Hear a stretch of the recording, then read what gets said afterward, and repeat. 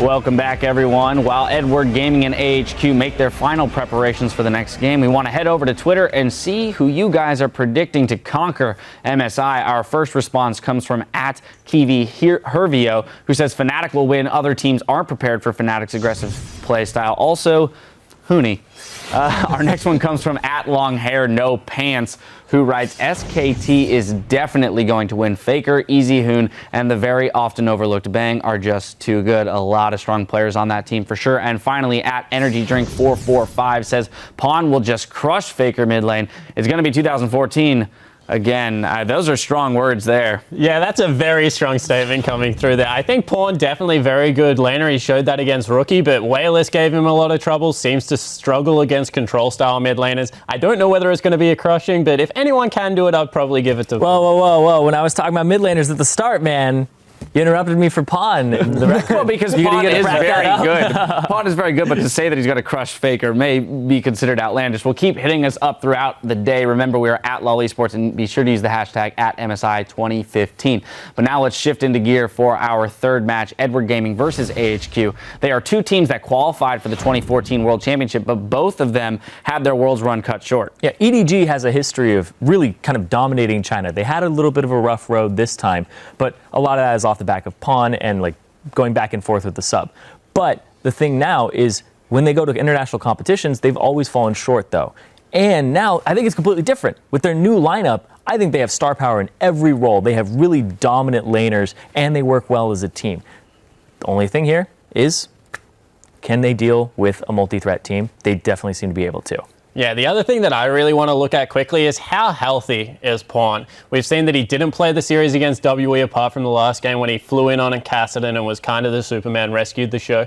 He absolutely crushed IG. Rookie really struggled against him. And when Rookie loses lane, one of the better laning mid laners, at least in the world, in my opinion, then you know something's going wrong. And then kind of struggled once again against Wayless or Godv in the last series. I think that's more about control laners.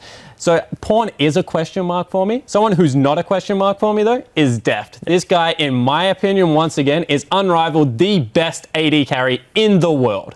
And he's a straight-up upgrade of where he came from. So they had Name, very good AD carry, one of the best team-fighting AD carries, but Deft shored up his laning prowess. And couple him in with someone like Mako, put him in a lane swap meta. This guy is an absolute monster.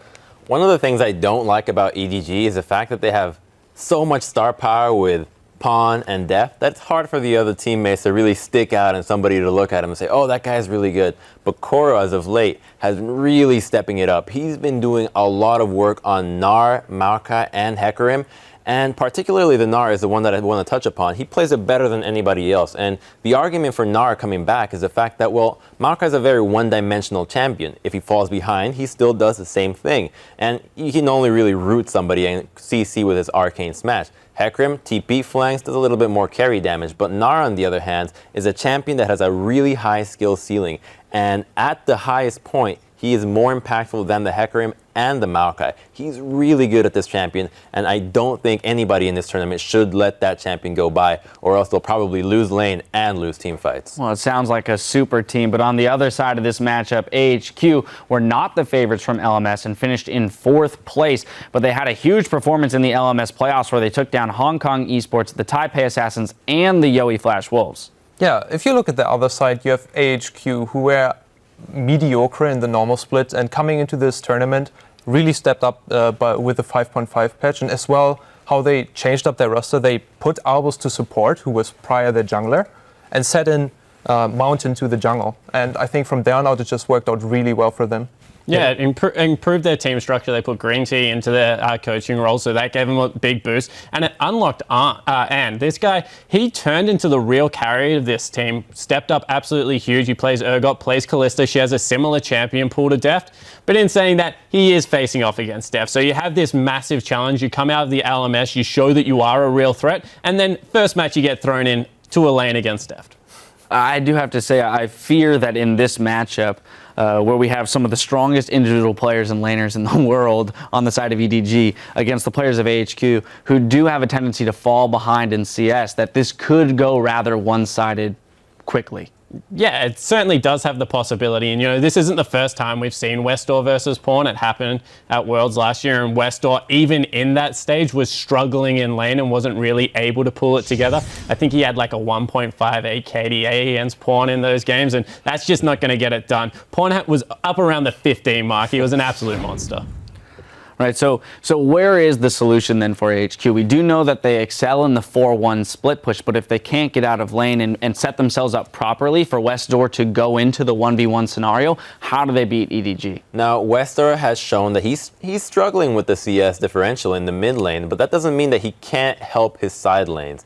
And I think the key for them to stand a chance against EDG would be to go with a global champion. They need to go with the Karthus, the Twisted Fate, punish EDG, who may be a little bit over-aggressive in the side lanes, to teleport on them, use your Requiem, get some extra damage in there, something that's a little bit unexpected because, not that many people in China play Karthus as often as AHQ does. Yeah. You first. The other thing you really have to look up in this matchup is the fact that if EDG don't get ahead early on the current patch, they will stall the game. So they'll wait until Def gets stronger. So if at any point you can grab the first couple of dragons, it opens that window where EDG really put the brakes on currently. And it's something that we're not used to seeing out of the Chinese scene. But if they get ahead, expect them to go berserk, Chinese Wrecking Ball, all that good stuff with Koro, Mako, and Clearlove just smashing people. But if they ever do fall behind, they will stall the game out, and I think that AHQ do have a shot there. Exactly my point. I think this will be either way in the early game, fire fought with fire, and we see a lot of fighting, and AHQ as well as EDG is easily a team that goes behind your first tower, trying to zone you away and trying to go for the kills, and they are not afraid to do any risky plays if they know that they have it. What I find very interesting, actually, is that AHQ has the fastest average first dragon kill at 9.5 minutes, and they generally do try and put a lot of pressure down there and get that 5 dragon counter started. And yet they have the longest average game time in wins at 42 minutes. So it does really, support the idea that they play to the global objective of the dragon being their major win condition. Yeah, and that signals to me that there's going to be a lot of fights around the dragon, and EDG are really good at playing around spikes and buying for the dragon. They really like to, as you like to call it, thrift shop. They buy like every little piece of gold that they can and potion up for these types of objectives to force team fights. And like you said, if they get ahead, they're going to just continue to try and snowball it and be aggressive. Yeah, and the other thing that you shouldn't be surprised at EDG is if they try and take the maximum. They're a very greedy team. They win a 20-minute team fight with like 2 people left on the map. They're rushing Baron. They're leaving a person at Dragon to try and take that. They're shoving waves at the same time. So I think they are a punishable team. I just think that their execution at the moment is extremely good. And I feel like really at this point, they are not afraid to go for an objective. Even if it's 50-50 drain because the junglers are around, they are just looking to look for the fight when they know that they are stronger. And they instantly go for it and say, okay, maybe it's 50-50, you maybe take the drain, but we kill your entire team afterwards, and you can be sure of that. All right, well, that being said, I do want to get your guys' predictions on this match. Just really quickly, I have to assume EDG across the board. Yeah. Am I correct? Yeah, right. Yeah. All right, okay. I needed the confirmation there, Tyrion. Well, as we throw it over to our casters for the call, Westdoor talks about facing Pawn at Worlds last year. 就是 S4 的时候跟胖他们羽场那时候在神松外，第一场我们输得很惨，第二场前面还打得有来有往，但是后来我们处理不小心在龙战被他滚击雪球，希望这次我们会处理得更细腻，然后讨回来。 Well, hopefully what they have in mind is still something that actually plays out a very different time, a different setting, and a different team as well. It might still be Pawn, but it's going to be changed. I agree, and I think if Westdoor is going to be remembering things, it's going to be nightmares against Pawn, and then a little bit of positivity against EDG. You know, he was the only player on the current AHQ roster that got into that tiebreaker. The shot of making it out of groups, it's going to need to be better than that performance if he wants to make it out of groups this year. And it does seem like AHQ is actually quite confident coming into this one. They believe they have a real shot at winning this tournament, and they are another team in a sense like Fnatic, who is very underestimated coming in here and have a lot to prove, whereas EDG has more to lose than they do to prove here. All right, we'll have to see. Let's get to it with a quick look at the starting lineups. On the blue side, it is Edward Gaming. That means it's Koro in the top lane, Clearlove in the jungle, Pawn in mid, Deft at AD carry, and Mako at support. And of course, on the red side for this matchup, it will be AHQ with Ziv in the top lane, Mountain in the jungle, Westdoor from the mid lane, AD carry is Ann, as well as Albus in the support role. Swapped out for Green Tea, the former support player, and really that seemed to be the magic that AHQ needed. Albus bringing in that supportive champion pool and allowing him to play around Ann a little more than in the previous iteration of the roster. We talk about honeymoon phases with rosters. This has been the best honeymoon ever. They're going to Tallahassee right here. Honestly, it's because they ran through the entire playoffs while they had this roster coming in. Yeah. And in the draft, specifically this game, I want to look at who drafts a stronger team fighting team. Because when AHQ made this run, it was mainly through the Dragon Control, and that begins and ends with team fights. Whereas EDG Absolutely. has a slightly more reserved early game than the other Chinese teams. Clearlove will gank a fair bit, but he will very rarely invade the enemy jungler, which sets up a lot of team fights. And I think both these teams are willing to throw down, which means the compositions have to follow that in. And also something you also have to highlight, talking about that run and how AHQ got to the finals, AHQ really outplayed all of the respective opponents. They had clear plans, good picks and bans, and good execution. EDG scraped through that final. They were gifted wins against LGD. You know, it was not a clean performance. For EDG, they need to be looking to improve upon those sort of decision makings and that gameplay style if they want to be successful here at the Mid-Season Invitational. Absolutely. The swap in and out of Pawn maybe hurting them a little bit. I did say in the hype video, I don't think anything can stop him, and then Pawn gets sick. Maybe that's the thing that kind of takes the team down, right? But so far, still playing well with him, and they can still kind of have that same aspect that they had on Samsung, where Pawn kind of goes crazy in the beginning, Shadow's deft, but deft comes out big in the late game and takes all the kills. I want to see what's happened to Pawn's champion pool since the LPL finals, because he had some strange picks there. He last picked a Fizz, he relies heavily on Caston, his Twisted Fate was underwhelming. Yet if I think back to when he was a Korean mid laner in Korea, his Orianna and Ziggs were both actually pretty good champions, and I want to see Orianna at some point in MSI, because I think the champion fits this meta very well. But the people that made it here aren't necessarily Orianna players of late. Right. And it would be a control mage, that or Azir or Cassiopeia, that Pawn can add to his pool to make it less of just assassins that he's been playing. Absolutely.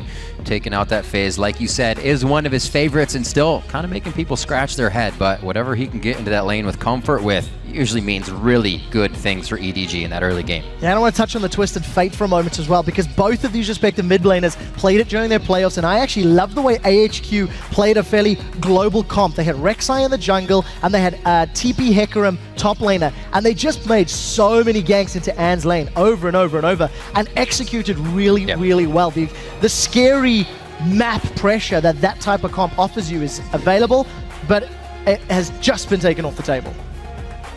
C bans as well. Mako not getting that Annie. Don't think it's anything he's going to be seeing this tournament. We saw that happen all the way through the LPL once he started on that support.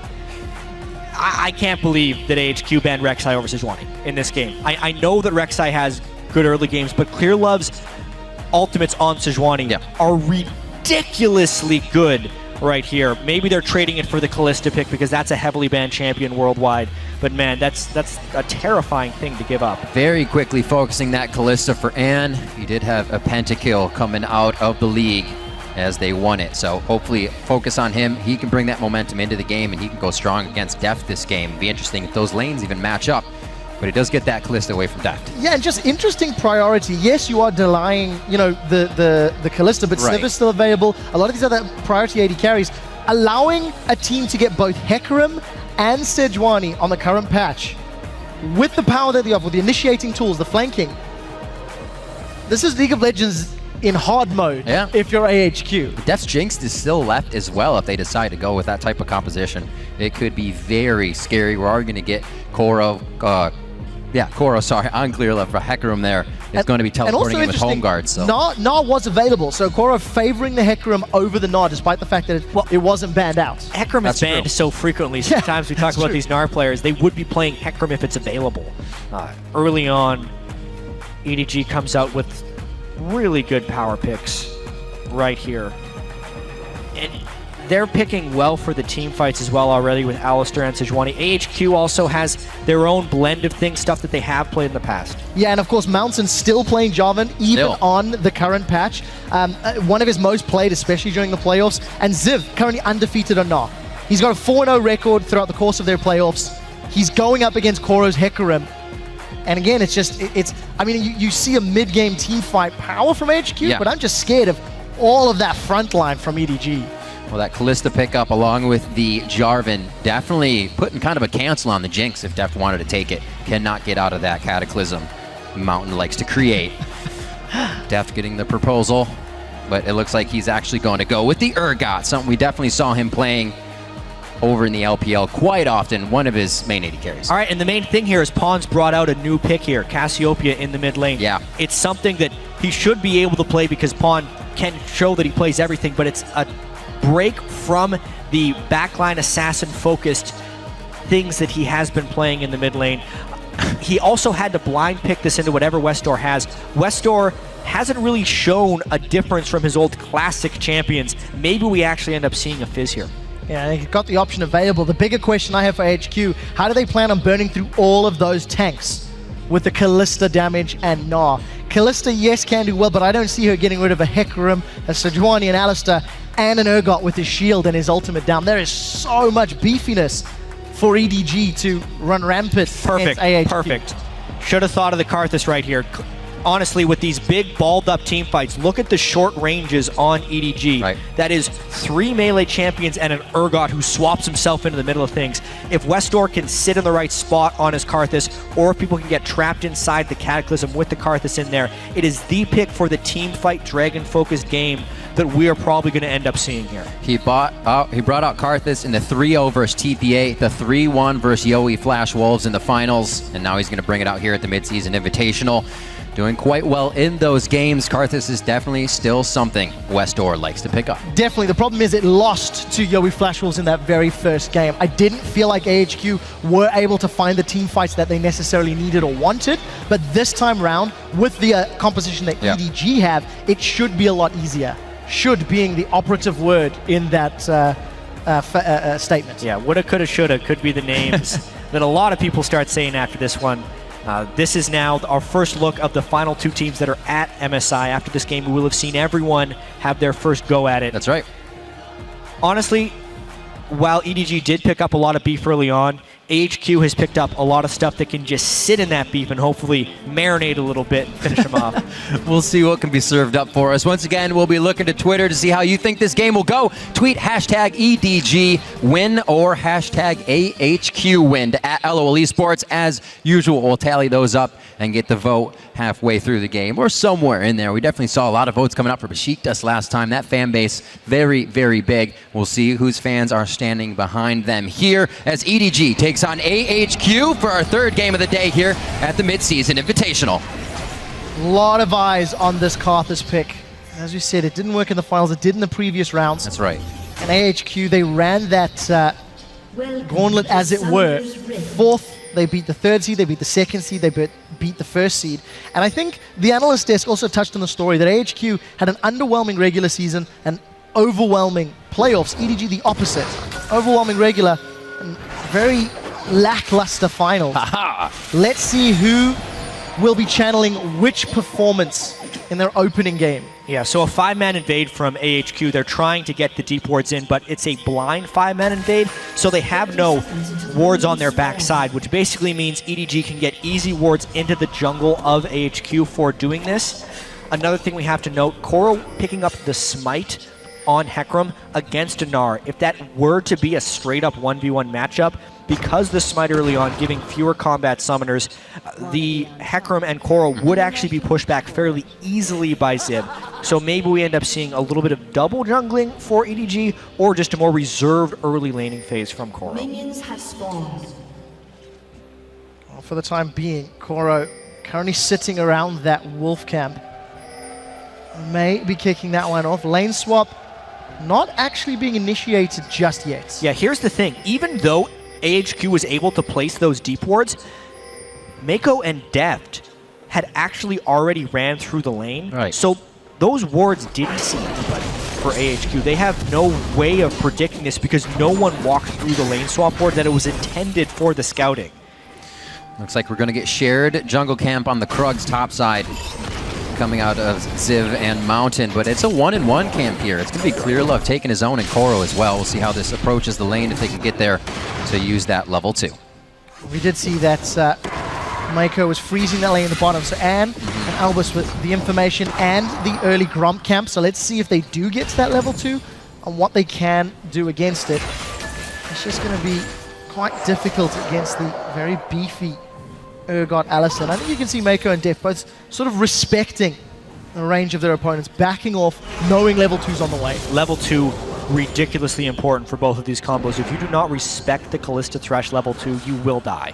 At this point, EDG kind of called the lane swap improperly. They probably would have done both Krugs so they could match the Gromp that AHQ did, but because they only did one Krug and then froze the lane, they had to concede that bottom lane level 2 power spike to AHQ and therefore give Anne and Albus control of the lane. Gotta feel good for AHQ here. Those first 2 picks were Anne and Albus's Thresh and Kalista, so to get that in a nice strong lane early is going to keep the momentum up for them. Pawn now trading in the mid lane. As you can see, their stats a bit higher for Westor in that, but the kill participation from Pawn a little more grisly. Mountain going for a gank. No flash possible on Coral. There they go. He gets a knockup. Cora's in trouble, continuing to run away. Remember, there's no summoner. The boomerang's not enough.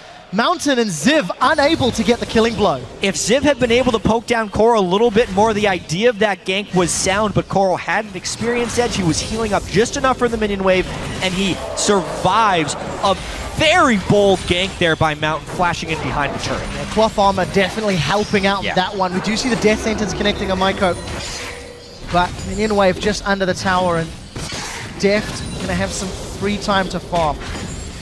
Great little play there by Koro to stay in the lane and soak up those minions, even though he got pushed out. Still higher than Ziv in that situation. Back to the mid here, 25 to 21. Pawn looking to get in the face of Westor just a little bit with those miasmas to keep him out of range. Yeah, I still love the idea of Mountain's early game on the smiteless Hecarim. So infrequently do you see a flashless top laner punished by early ganks, because very frequently you end up lane swapping that. EDG bold enough to lane that 1v1, and Koro doesn't actually get punished for it. I just really like the idea of the gank. Because the gank burned the flash and still wasn't successful and Koro was able to stay in lane, it's actually to huge benefit for EDG. Oh, Clear Love picking up the Scuttle Crab in the Do-Si-Do in the river here with Mountain. Could be heading down towards the bottom lane. Doesn't look like they have too much awareness, but they're just going to keep it safe. No pressure there, as both junglers are going to be on the bottom side. Keep an eye on those CS numbers as we do continue to progress through this very standard laning phase. The sentence goes wide. Clear Love maybe expecting a gank, hanging out just behind the wall. The threat of the lantern from Albus is very scary. Nice and Albus, that is caught out. They're going in for more, but they've turned. It's going to be Mountain as well coming into this fight. Can he get over the wall? He wants to use it to actually pop somebody up, so he's waiting, and he may just let him walk out. Def very low on mana. He's the one to get grabbed. Forces the flash out. Ignite onto Def. He's chugging the potion, but it's the hit coming in from Albus, and they keep going for Clear Love, but get knocked up by Mako. Now here comes Pawn. He's instantly exhausted. AHQ fighting a battle on 2 fronts, and looking for Pawn, but it's Mako that's in trouble. He will get turned into beefsteak as Mountain, as well as Westor combo. AHQ with the first 2 kills. Back and forth and back again right there. AHQ with those 2 kills. Tremendous timing by Mountain coming over that wall. Specifically the split focus between EDG trying to lay a trap for the Kalista, but then the presence of mind by Albus to hold onto his lantern even while he was going to be someone getting aggressed on, and throwing it to Anne is the reason they were able to reconfigure, group up, and win that. Additionally, somehow, despite Pawn pushing in the turret all that time, Westor beat him to the fight, and that's another big turning point there. Now the window is also open for that Karthus ultimate to come in, something AHQ, or rather, I'm sorry, EDG has to be aware of when they're fighting around it or within that window. We'll have to see what Westor can do. Down a little bit of CS thanks to that previous roam, but the kill more than makes up for it. Even Stevens across the board as far as CS is concerned. EDG gonna have to bounce back. Mountain, no early pressure, and again, that Jarvan, there's very few players still playing Jarvan at 5.7. But it seems to work for him. His damage is going to fall off. The early game is going to be the same as it ever was for Jarvan. In fact, maybe even a little bit easier, because if we think all the way back to when the Center Hulk patch actually happened, there was only 5 AD taken off of Warrior the patch beforehand, and the jungle camps actually started doing less damage. So the early game impact of a Jarvan before he completes his first major jungle item is actually better than it was when Jarvan was in meta. Right. So therefore, Mountain can still go around and make those early plays. 2 successful ganks. When he completes his Cinderhulk, it will be a much different Jarvan than the Warrior Jarvan we used to see, who could take 60% of an 80's carry health with a combo. This is more about controlling team fights, setting up walls for Gnar to Gnar people into, or for Westar to AoE team fights. It's very heavily reliant on him actually getting ahead, so the other team doesn't get the damage to break through the Cinderhulk Jarvan when he's in the team fights. Well, 2 assists in that early team fight. A step in the right direction as far as AHQ and Mountain are concerned. That 1,000 gold lead playing into the favor. We're getting close to the 10-minute mark. And Westar as well as Mountain are traditionally down in CS against their opponents. Mountain down 7, Westar normally down 15. Right. He's only 7 at the moment with a couple of minutes to go. So doing better than his regional playoffs as far as CS is concerned. They mentioned on the analyst desk, AHQ falls behind in that early game. This time they're making up for it in kills. In the laning phase, maybe going towards ADG, but they're keeping it. The greatest strength of AHQ as a team is their team fighting ability. Yeah. And the fact that Mountain, it's one of the reasons Mountain still plays Jarvan is because he tries to get them to that team fighting through some early game pressure. And they've been able to do that here because they were able to beat Clearlove to a gank. Now it becomes about this dragon. Yeah, and again, Analyst Desk alluded to it. Across all the teams in the tournament, AHQ have the earliest first dragon time on average. In comparison, we're about to hit that time when they traditionally secure their first Drake. There's not a whole lot of vision in the area, and it's actually EDG, I feel, who have slightly better wards, but we'll see what AHQ can do with that. And we also have to see how AHQ can deal with or use Westar's Requiem at this point in the game.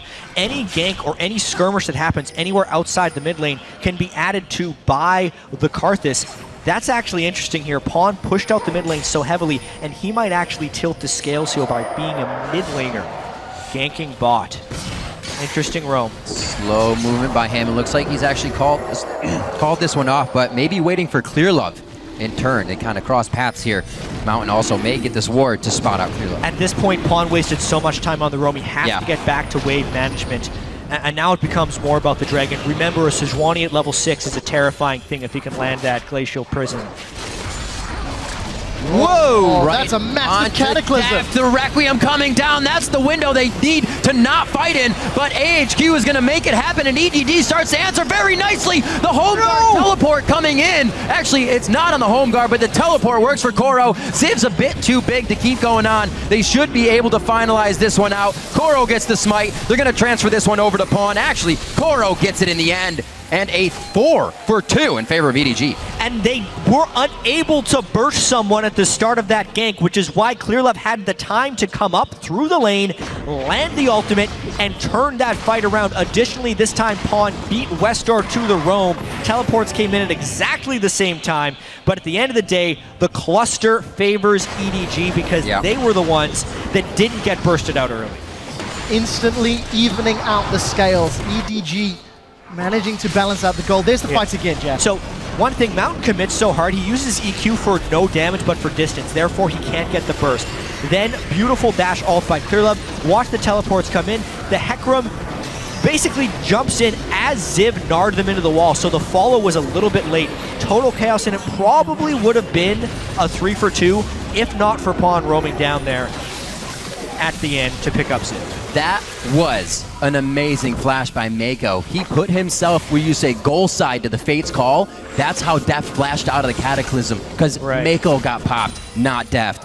Very fast thinking by Mako to flash inside the Cataclysm to save his AD carry. Well played indeed. EDG's team fighting, giving them the advantage, in fact, as again, both junglers have moved into this Dragon Pit to clear out the vision. Several times. It's actually Clearlove that started this, but he did walk straight over an AHQ ward. He's actually going to back away, as I think he spotted Mountain as well. You can feel both teams want to get their hands on this dragon, and they're looking to see if they can find a crack in their opponent's armor to go for that objective.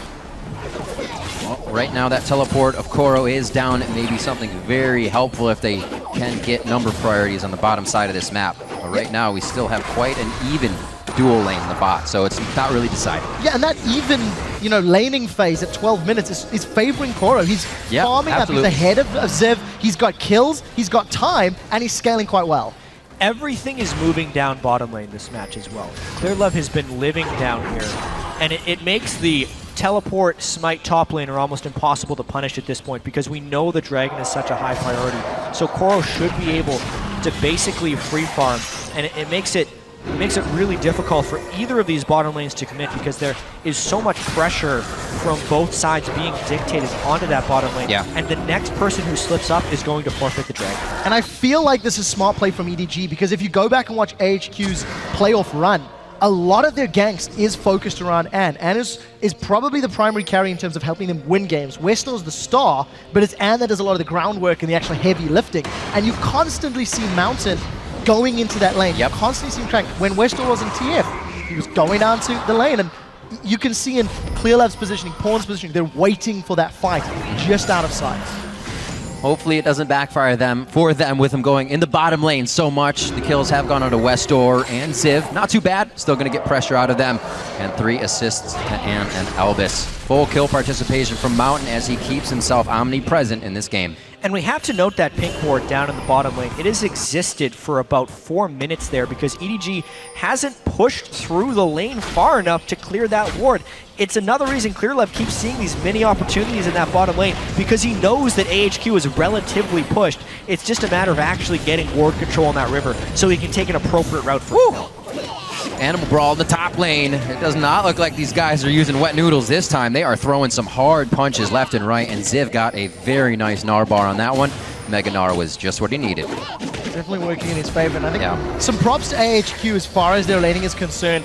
Good CS numbers in their top and mid lane, and just marginally behind Def, but he does have a wave and a half, 2 waves there to farm up, so keeping himself relevant as far as that's concerned, which is also something, we mentioned how Westor and Mountain do fall behind traditionally, but they're keeping themselves up this time. I'm just worried about the scaling that EDG does have in their favor. Yeah, this is an EDG-like game.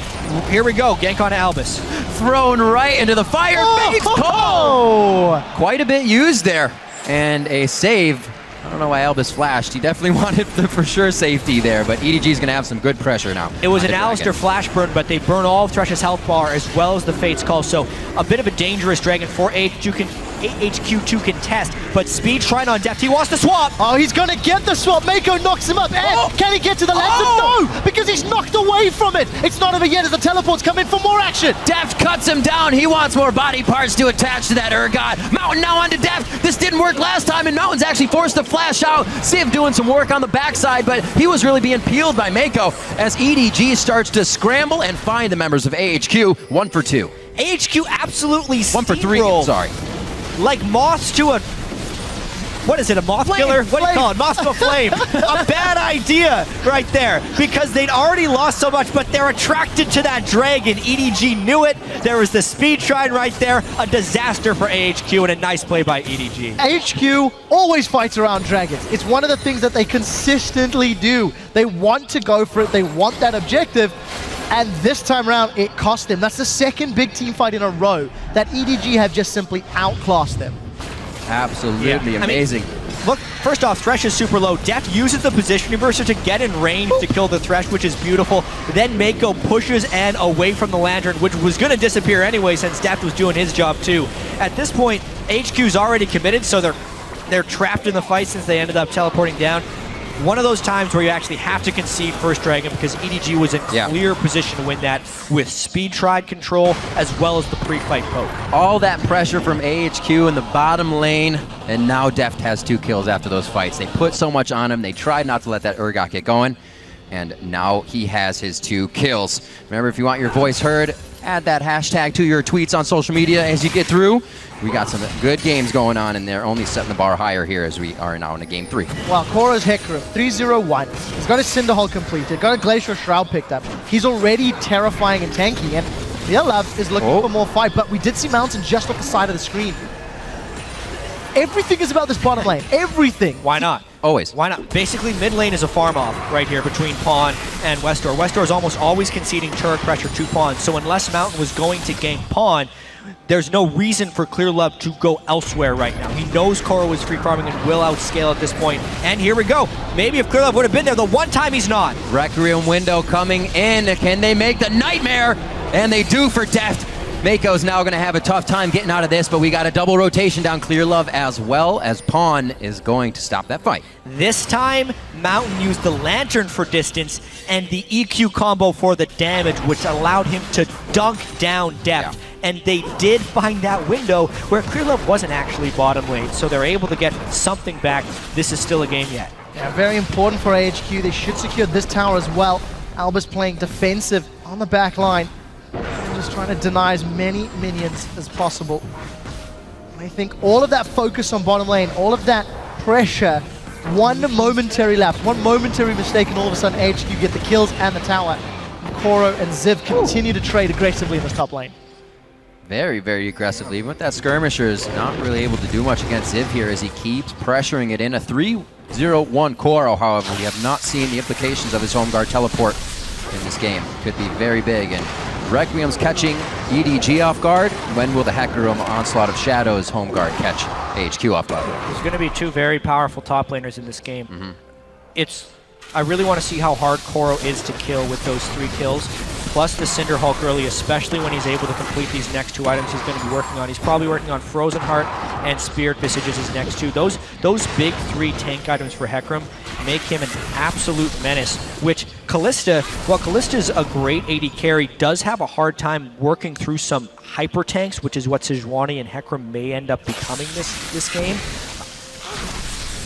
It's that EDG late game scaling we may end up keep talking about, but they are in position to create some very tanky fights. I'm very interested to see how N wants to handle that front line with that attack speed dagger. If he goes the traditional BT into Hurricane, it's going to take a lot of those spears to rend away EDG's tank line. Well, 20 minutes on the clock will be when Baron spawns, and that's important for EDG because they are the mid-game Baron team. That's a good gnaw backwards. Koro, even under turret shots, but still has his Onslaught of Shadows if he needed it. Not this time, though. Healing up, not too much of a problem for him, but a little bit of a funny play coming in. Those guys are on their own island in the top lane for quite some time here, both with 3 kills, so they want to see who can punch harder right now. 30,000 gold pretty much across the board, as you say, Trevor. Even Stevens as EDG looks to even up the turrets as well. And without Westor anywhere nearby, there's not a lot of wave clear or safe wave clear against that sort of front line. So even trade as far as towers are concerned, and EDG take a small gold lead thanks to the CS and extra kill in their back pockets. Yeah, considering this game is going to be so teamfight focused as well, I'm a little bit surprised by Clear Love Spectre's Cal there on Sejuani. Going Aegis into Locket I think would have been much more well advised, especially considering EDG is going to be a big ball of tanks in teamfights sitting in Karthus Defile if things go well for Westor. Basically, by not going the Aegis, they put a much higher priority on getting Karthus out of fights. So, assuming they know what's up here, Mako should be headbutting Westor out of teamfights near deaths, or they should be really, really being careful not to stay around in that Karthus Defile. A lot of pressure then on Mako to make the right call. But we've had a 21-minute laning phase with multiple repeated ganks down into the bottom lane. I think we're in for another long period of play because Dragon is only up in 30 seconds. That's Dragon number 2 at 21 minutes. And for a team like AHQ who do traditionally put a lot of emphasis on that objective, this is not what they're used to doing. EDG, on the other hand, they're not really the 5 Dragon team. Well, again, they get the crab right before the dragon. That's exactly when you want to take it, so they can now try and speed Shrine off to get the swap or an Alistair initiation like they did last time. The river belongs to EDG for the most part. Top lane did go down. Top laner teleport timers have been pretty much identical this entire time. AHQ has to be incredibly careful not to get poked down before the fight like they did last time, because they do not want to go down 2 dragons to 0. The intentions of EDG were to definitely take a fast fight. You could see Koro trying to hatch his home guards on the base, but he finally left to clear this top wave and pressure that top turret once again. Maybe they can get Ziv into a bad spot on entering this fight. Mid also very close to going down here. EDG, quite a bit of options. There's a lot of options for both teams, and neither of them actually made a committed move towards that dragon yet. I think the fact that the mid tower is so low gives them the opportunity, but look at AHQ from the side. Can Albus get a death sentence? The answer will be no. It's a lot of damage too. Again, Albus is going to be starting this next fight at very low health. Whether it's the Dragon or the mid lane, EDG now has 2 points with which to take advantages off of. And look at the minimap. Koro is already in the mid lane. Ziv trying to make his way down, but Meganar's active. That's a smite down onto Westorm. The exhaust is replied. They're trying to get him down. EDG is on the dragon right now. Grabbed by Clearlove. Koro gets out on that one. Whoa! And misses and gets immediately swapped by Def to save it. He then goes into the fight. Mountain still with his ultimate up, but I think it's all disengaged from this time out for AHQ. There's the Fate's call. He's back in, but it missed. It completely missed, and AHQ actually still wants it. It's one of those super tank fights that we keep talking about. Def running low on mana, has down in the bottom lane, and has got a kill onto Mako. But here comes the power pony. Koro's got one, Clearlove with another. Mountain is in retreat, but it's not enough. Ziv goes down, and that's an EDG whitewash. The fight was so long, Koro got to play twice. He was the one that was initiated on. He goes back, recalls, teleports in with Home Guard, and is the difference maker. Again, that fight was so scattered, but it was Clearlove Sejuani ultimate, and mainly the headiness of Koro to fight twice there. Ziv not using Meganar. It had procced already on the way to the fight, and I definitely want to hear Crumbs' opinion on this Hecarim versus Nar, considering how much he was discussing the top lane matches on the analyst desk. But EDG, 3,000 gold in the lead. One more time. Here's that fight again. Yeah, it begins and ends with Koro. Koro burns so much here. Keep in mind, EDG is actually leveraging this mid lane pressure by taking the dragon uncontested. Then, not only does he absorb that, he jukes around the EQ. Then, the fight just kind of breaks into chaos, back and forth and back again. It seems like HQ always wants to continue this fight. Nice juke, nice flash there by Pawn in order to get out. And HQ feels like they have something, but they're not paying attention to Clearlove's holding of the Sejuani ultimate. Boom, onto 4, and there's a Home Guard teleport. The turning point, the first pick Sejuani from Clearlove because of his ability to land ultimate after ultimate in team fights. And Koro, the beast he's been all year, with the Home Guard TP. Holding it for so long on that Glacial Prison, the right decision by Clearlove. One of the junglers that actually a lot of people touting as the #1 jungler at this tournament. Clearlove off to a great start. Look at all the vision around Baron. EDG starting to set up that zone of control and saying, we dare you to face check us, and the support that it'll give to take down this top outer turret. It's the last one remaining for EDG to knock down before they go deeper into AHQ territory. Already even getting the chance to mitigate against that Requiem. A Banshee's Veil now for Clearlove. It's going to keep him quite protected. Seeing a lot of core items come out on the side of EDG now. They're kind of spiking them very hard. The Frozen Heart now finished for Koro. He's got that along with the Spirit Visage, and he's already been making the plays. 5-0-1 for him on that item. It's incredibly difficult for AHQ to kill Koro at this point in the game. They have very few tools to do so.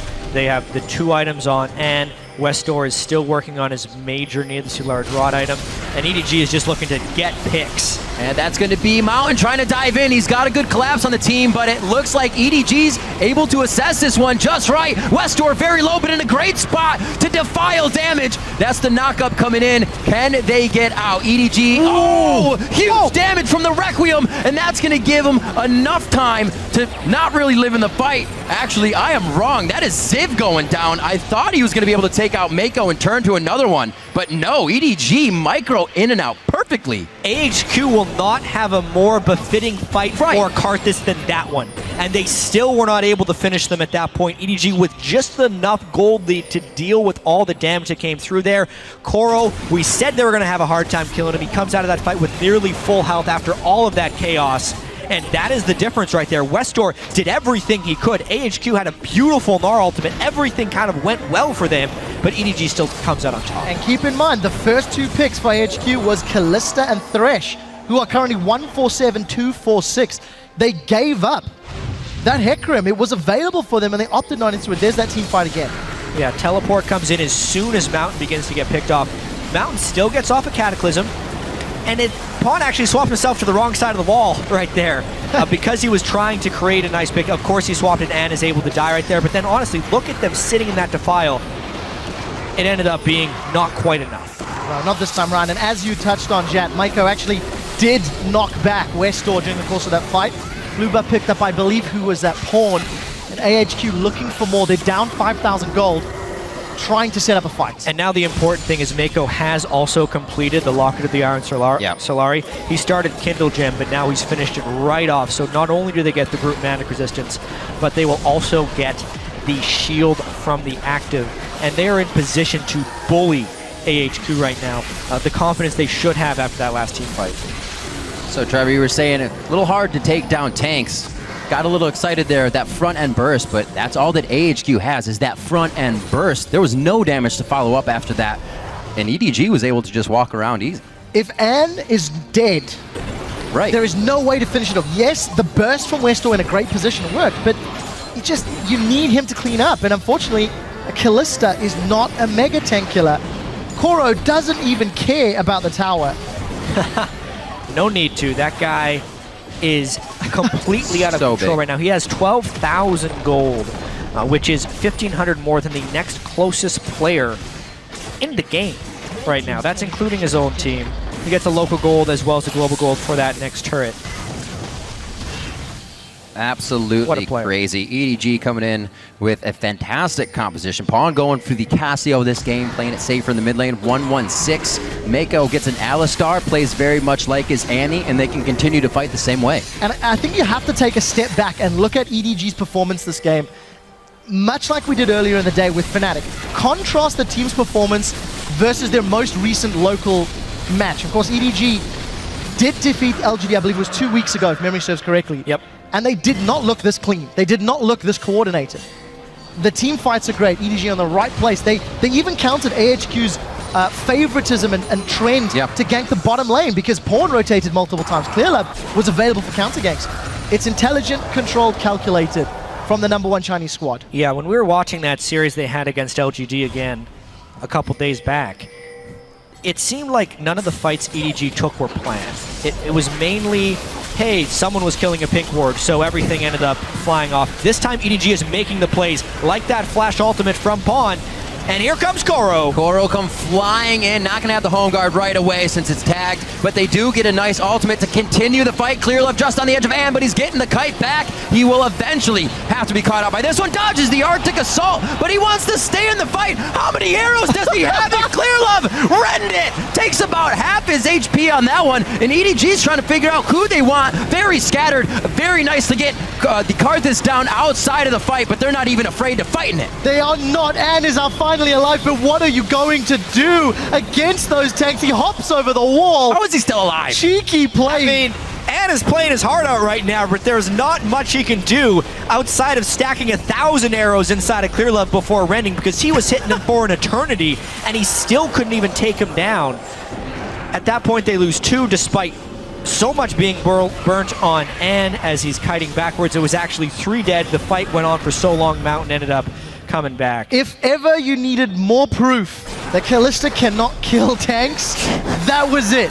Ann had 20, 30 spears, I felt, in Clearlove Sejuani, and it just was not but a enough. flesh wound. Still has no last whisper is a critical thing right here. He has been pushed back because he could not pick up any kills in those crazy fights. Absolutely. With last whisper now, he would have a slightly better chance, but it's still going to be a critless build, which is going to diminish his ability to cut through EDG's tanks at this point.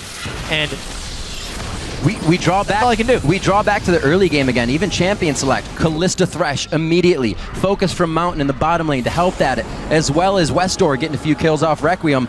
All of those were assists for Ann, not kills. We actually had our observers go back and double check. He had 15 spears in for that rend. So that's at least 15 auto attacks right there on a Clearlove, as well as the damage. No, couldn't get him. No, he couldn't, but Koro does find Ann. Ann's in trouble and he is down. Westall gets caught by the Glacial Prison. He's in full retreat, and EDG a running rampage of AHQ. Ziv not even close to getting a Gnar. They all have to scatter. A triple kill coming in now for Koro. The legendary horse, 10-0-6, and Deft is going to finish off Albus just to boot on the fight. Ziv throwing out some wards to try and stop this, but it is just a grind now from EDG. They have figured out AHQ, and now they're going to be pressuring down with the Baron.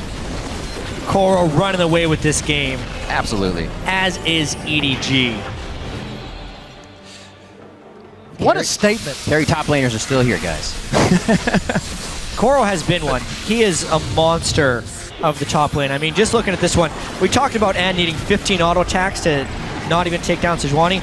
Koro takes a swing at him and takes him below half health. KO'd. Another beautiful ultimate from Clear Love over the wall right here. Something about these team compositions that is very apparent when both teams are fairly tanky and heavily melee focused, the team fights will be very cluttered. So these games do end up snowballing out of control since both teams are dedicated on just team fighting. EDG was able to win those team fights early, and now they are just hammering their advantage home again and again, and not allowing AHQ a time to recover by farming or picking to equalize the team fights, and they're just forcing team fight after team fight. Yeah, and regardless of the lead that EDG have built up now, this is one of the most definitive teams at closing a game out. Once they have that lead, they really know how to push down the final objectives. When we were in that replay, we did actually see, I believe, Deft stealing away the blue buff from AHQ. EDG just pushing out the waves. They've got great vision in the top half of the map. Baron empowered minions. There's only one inner turret there in that top lane left to knock down, and EDG instantly group up. Koro doesn't have TP yet, but he's barreling down that mid lane with those Home Guard and Trinity Force. And their EDG is just so strong right now, able to start surplusing these items. Another Banshee's Veil, 3 Frozen Hearts. Whoever Ann's trying to hit is going to be within that aura in these balled up fights. It is going to be even harder now. Things are only weighing against AHQ. Trying to guard this last second tier turret. They are going to have to catch a big mistake off of EDG to really claw back into this one. 14,000 gold down. They're doing what they can. And just really nice resistance stacking by everyone on EDG as well. Everyone on their team, when they're in range of the locket, has over 100 magic resistance. More on some people, so not even a Void Staff on West, or even if he sits in the middle, they're done. Goodbye, and the insta-flash from Def. AHQ now scattering. Despite that fantastic Gnar, it's not going to be enough. Koro dives the backline of the Onslaught to Shadows. Westall is down. Requiem starts to get channeled, and here's the damage on EDG. Still, it's that end damage now, and not enough to keep them alive in the fight. It's really not even tickling EDG at this point, as they have the base to themselves. They ace AHQ. They get a lead. They know how to hammer it home. They still have the Baron buff. That's a 5-for-1. They're pushing on the Nexus. We know this is how EDG does it. Once they can go for Baron, they go for the win. It's almost a prerequisite to every one of their games, whether it's at 20 minutes or now at 34 minutes. 28-10. EDG come out strong with a 35-minute game over AHQ, and Def sacrifices himself. What a fantastic win for EDG. A lot of skirmishes. So few risks, though, on EDG's side. Yeah, measured early game, committing to fights very well, but not over-committing to fights, which has been an Achilles heel of EDG in some situations. Mainly Clear Love just having that huge focus on the bot lane. Yeah. Because he knew Koro could deal with himself, and the teleports were greater for Koro than they were for Ziv. It was a battle of top laners teleporting down to join in team fights from 8 minutes on into this game. Pawn pulled out a new AoE damage champion, not an assassin, which was ideal for these grouped up team fights, but it was mainly about Koro's echo. Yeah, and I also have to think, AHQ, I feel like they played better than I had thought they would against EDG, and the problem for them was their shot calling this game. Mechanically, they played well. The lanes did not necessarily go terribly against them. Right. It was they elected into team fights they should not have done. We also saw a massive difference once we got into the team fight phase between the Sejuani and the Jarvan. Yeah. Jungle pick wise. Yes, you can trap someone in a Cataclysm, but it was nothing compared to Clear Love's Four-man Sejuani ultimates. again and again and again. Best team fighting jungler here, Clear Love, especially when he's on Sejuani. brilliant play. And team fighting is exactly what we got out of this game. 38 kills in 35 minutes. Exactly. These regions love to fight back and forth, and we got that. Also seeing, like you said, Pawn on Cassiopeia, a lot of players, even Fnatic, pulling out new stuff. What are you guys going to ban now? Who's going to be the best at kind of reorganizing mid-game? There's 5 more games today. Now we see whose support staff that's with them can help the teams adapt. We've seen everybody play once. Now it becomes fixing the problems that we have demonstrated or we've witnessed on this stage. Absolutely. And once again, we're going to now send it over to our analyst desk to get their thoughts about the match. Thank you, gentlemen. Now, continuing on the trend of picks and bans, we saw the Karthus come out here from AHQ, and there was a discussion at the beginning of the day about Westor's champion pool that he does favor the assassins, but has recently extended his play to those control mages. Now, we thought going into this, he wanted to help the side lanes out, and he's taken a little bit of a hit in the mid lane matchup. He didn't necessarily out CS, even in his own region. So we see the Karthus pick. You're going to focus the side lanes. They do a gank in the top lane. The reason that gank doesn't work is because Hecarim, with the smite, he's able to start Flask, do a camp, not buy potions, TP to lane, and has a cloth armor. Instead of 5 potions in the ward, he's got a cloth versus a double physical of Jarvan and Gnar. Survives the gank, gets away. Now, AHQ can't really focus that lane anymore. Their summoners are down, and he's still in lane, very healthy. So every gank from then on from AHQ is telegraphed to the bottom lane. All EDG has to do is out-rotate them, be there as well, and you saw clearly, just sit around bottom lane, wait for a thing, and you get triple kills left, right, and center. Yeah, I want to pick up one more time on the Karthus pick, because we have seen kind of this Karthus pick like this before, going for Tia Rileys to protect the Kalista, and this is kind of the team comp that AHQ is going for. And what you actually expect was that Karthus is farming up a lot, but what we've seen before from Westor is that he's actually down in CS. In the one game he played 20 CS by 10 minutes and 50 by 20 minutes. And that's actually huge if you're a Karthus player. So I had my doubt going into it, and I don't think it paid off as well as it should have. Yeah, I definitely think that the overall team comp didn't really do what it was supposed to do. You're supposed to kite back through, but there was just so many beefy people. They didn't care if they sat in the Karthus in the end. And we saw as soon as EDG were comfortable that they were able to win a team fight, every single time they have an opportunity, ward vision or not, they just set up for it, make sure they're in the right position. Coral in the top lane, by the way, he was equal in kills to the Gnar and just did so much more with it. Went outright tanky with that Cinderhulk. The challenging smart was just able to delete people off the map. As soon as EDG ever get a lead in these games, they're just going to look to take over. Well, and there's an interesting thing here, Irene, in that in each of these 3 matches of the day so far, we've determined a greater and a lesser team. We've said here's the favorite, here's the underdog, but in all 3 of these games, the underdogs have come out swinging. Yeah, and I really, really like seeing that, because the underdog are playing to their own styles. They're not being gun shy as well. You're seeing Mountain flash EQ over a wall, level 3, to try and get a kill, to try and make something happen. 4-man gank on Faker mid. Then they get to look at these things, go back and be like, okay, that didn't work. Let's reevaluate. But they're being aggressive out the door, because if you try to be something that you're not as a team, you're not going to learn, because you're just going to look back and be like, we didn't actually play our style on the world stage, so now we don't know what to improve. So I like that they're coming out and getting the most out of this experience. And to that end, in my opinion, this was the closest game we've seen so far, which is interesting considering that we're all coming in here probably regarding EDG as the team to beat. So, props to AHQ there for sticking with them so closely through the early parts of this game. I think that this entire tournament is going to be closer than we had imagined at the start. I think as well that if you look right now at the meta game, the diversity is just so huge and everything is kind of close. So if you go for a team comp, it's less punishing and less snowbally, because you usually don't go for this double assassin that instantly deletes you, or is fail or super success.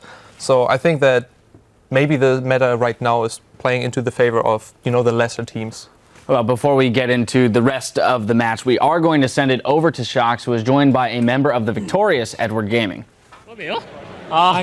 Thank you very much, Dash. I'm joined here by Pawn, who played a fantastic Cassiopeia in that matchup. Also by Homan, who's going to be aiding for the translation here in this one. Great victory, very first game here for you guys at MSI, though. AHQ put up a good fight, had a very annoying compositions to fight against. So how did that work out for you guys? 우선 AHQ전 승리 축하드리고요. AHQ 상대 픽이 되게 상당히 껄끄러웠을 것 같은데 좀 어떠셨나요?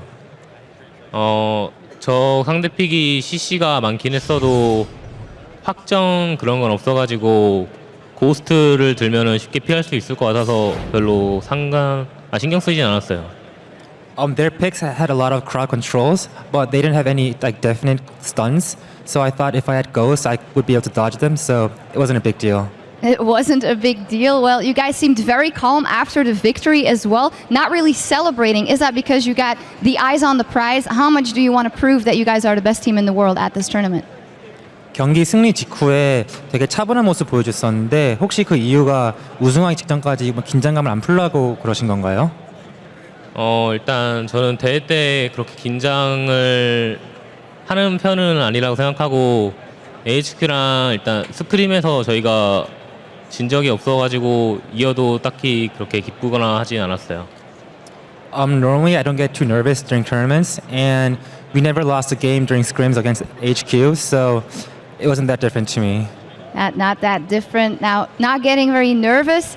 You guys are up against SKT later here in the day, and SKT has chosen EasyHoon to go up against your team the next match. You do have historically a winning record versus Faker, so do you think that influenced their decision, and why do you think they want to go with EasyHoon to play versus you?